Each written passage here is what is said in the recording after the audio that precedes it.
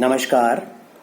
आज के वीडियो में कबीर के जीवन परिचय पर मैं बातचीत करूंगा। कबीर का जन्म 1387 ईस्वी में हुआ माना जाता है। उनके जन्म और माता पिता को लेकर बहुत अधिक विवाद उत्पन्न हो चुके हैं, लेकिन यह स्पष्ट है कि उनके काव्य में निहित जानकारी के आधार पर उन्हें जाति से जुलाहा माना जा सकता है, क्योंकि उन्होंने अपने को कविता में अनेक बार जुलाहा कहा है। कहा जाता है कि वे एक विधवा ब्राह्मणी के पुत्र थे, जिसे लोकापवाद के भय से जन्म लेते ही काशी के लहर तारा ताल के पास फेंक दिया गया था।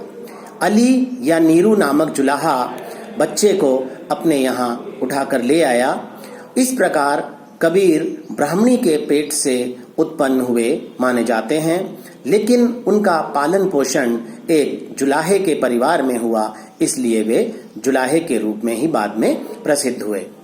कबीर की मृत्यु के संबंध में भी कहा जाता है कि हिंदू उनके शव को जलाना चाहते थे और मुसलमान उन्हें दफनाना चाहते थे। इस पर बहुत विवाद हुआ, किंतु बाद में एक किंवदंती है कि यह पाया गया कि कबीर का शव अंतर्ध्यान हो गया और वहां कुछ फूल पाए गए। उनमें से कुछ फूलों को हिंदुओं ने जला दिया और कुछ को मुसलमानों ने दफना दिया। कबीर की मृत्यु मगहर जिला बस्ती में सन 1518 ईस्वी में होनी मानी गई है। कबीर का अपना पंथ या संप्रदाय क्या था, इसके बारे में भी निश्चय पूर्वक कुछ नहीं कहा जा सकता। वे रामानंद के शिष्य थे और इसी रूप में वे विख्यात थे, किंतु उनके राम रामानंद के राम नहीं हैं।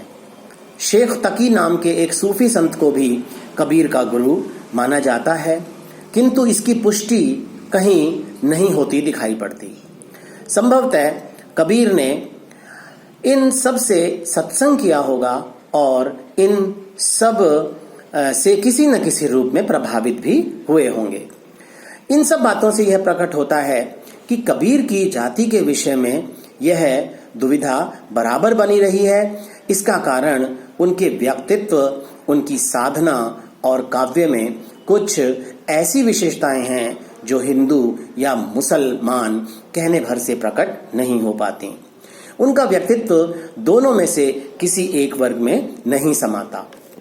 उनकी जाति के विशेष विषय में आचार्य हजारी प्रसाद द्विवेदी ने अपनी पुस्तक कबीर में प्राचीन उल्लेखों, कबीर की रचनाओं, प्रथा और वयनजीवी बुनकर जातियों के रीति रिवाजों का विश्लेषण करके दिखाया है। आज की वयनजीवी जातियों में से अधिकांश किसी समय ब्राह्मण श्रेष्ठता को स्वीकार नहीं करती थीं। जोगी नामक आश्रम भ्रष्ट दरबारियों की एक जाति सारे उत्तर और पूर्वी भारत में फैली हुई थी।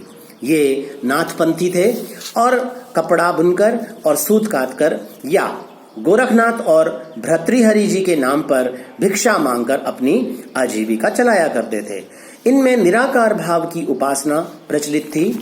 जाति भेद और ब्राह्मण श्रेष्ठता के प्रति उनकी कोई सहानुभूति नहीं थी और न ही अवतारवाद में उनकी कोई आस्था थी। आसपास के अलग अलग जो हिंदू समाज थे, उनकी दृष्टि में इनको निम्न कोटि का माना जाता था और इन्हें अछूत भी माना गया। मुसलमानों के आने के बाद ये धीरे धीरे मुस्लिम होते गए। पंजाब, उत्तर प्रदेश, बिहार और बंगाल में इनको कई जगह रहने के मौके मिले। इनकी बस्तियां सामूहिक रूप से मुस्लिम धर्म अपनाने लगीं और कबीरदास इन्हीं नवधर्मांतरित लोगों में पालित हुए थे, ऐसा आचार्य हजारी प्रसाद द्विवेदी का मानना है। कबीर के काव्य पर इन सब का प्रभाव हम बहुत आसानी से देख सकते हैं। उनमें से वेदांत, अद्वैत, नाथपंथी आदि की अंतः साधनात्मक रहस्य भावना, हठ योग, कुंडलिनी योग,